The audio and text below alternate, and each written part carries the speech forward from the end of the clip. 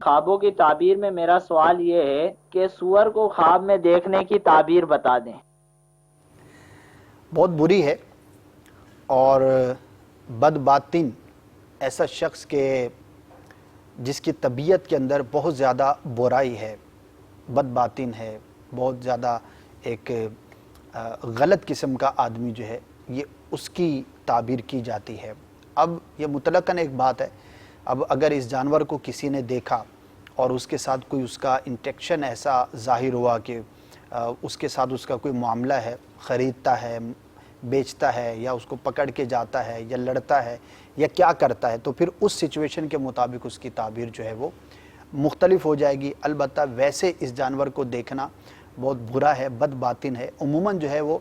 جانوروں کی حوالے سے جو مطلقاً ایک کامنلی جو تعبیریں ہیں وہ ان کی صفات سے متعلق بیان کی جاتی ہیں۔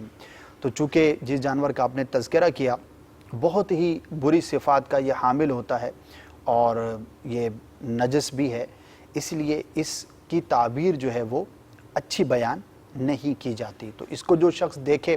تو اسے چاہیے کہ اللہ تبارک و تعالیٰ کی بارگاہ میں گناہوں سے توبہ کے لیے